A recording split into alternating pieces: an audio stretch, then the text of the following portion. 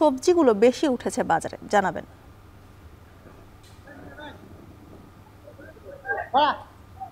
জ্যোতিকা, সকাল থেকেই মাগুরার যে কৃষকরা তাদের উৎপাদিত যে সবজি নিয়ে কিন্তু এই বাজারটিতে আসে এবং এই বাজারটি থেকে যারা খুচরা ব্যবসায়ী তারা কিন্তু কিনে নিয়ে মাগুরার 4টি উপজেলা সহ পার্শ্ববর্তী জায়গায়ও কিন্তু এই সবজি বেচা কেনা হয়।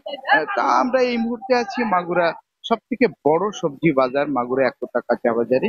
এই বাজারটিতে কিন্তু আমরা সকাল থেকে আসছি এবং ঘুরে বাজারটিতে যেটা আমরা দেখতে পেরেছি, বাজারে কিন্তু পর্যাপ্ত সবজি রয়েছে।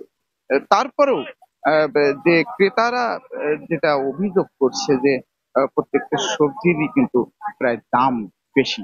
এখানে শীতের সবজি কিন্তু এখন উঠতে শুরু করেছে, যেমন শীতের মূলা, যেমন চাল কুমড়া, যেমন লাউ, যেমন ফুলকপি, এই সবজিগুলো কিন্তু বাজারে কিন্তু উঠতে শুরু করছে।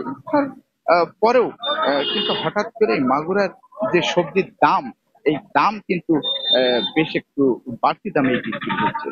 তো আমরা যদি সবজির দামের কথা বলি, তো গত সপ্তাহে যে লাউ বিক্রি হয়েছিল 30 থেকে 35 টাকা, আজ সেটা কিন্তু বিক্রি হচ্ছে 40 থেকে 50 টাকা। এবং আহ, প্রকার ভেদে কিন্তু এই লাউ কিন্তু 55 থেকে 60 টাকাও বিক্রি হচ্ছে। এছাড়াও যে শীতের সবজি যেগুলো মধ্যে, যেমন মূলা, মূলা কিন্তু গত সপ্তাহে বিক্রি হচ্ছিল 40 থেকে 42 টাকা, আজ কিন্তু সেই মূলা বিক্রি হচ্ছে কিন্তু 45 টাকা। এই এছাড়াও যেমন সিম, ফুলকপি, বাঁধাকপি, এর প্রত্যেকটা সবজিতেই কিন্তু এখানে কিন্তু দাম বেশি রয়েছে। আহ, এছাড়াও যে যে পেঁপের কথা যদি আমরা বলি, পেঁপের দাম কিছুটা কম রয়েছে। গত সপ্তাহে পেঁপে বিক্রি হয়েছে 20 টাকা, আজ কিন্তু সে পেঁপে বিক্রি হচ্ছে 15 টাকা।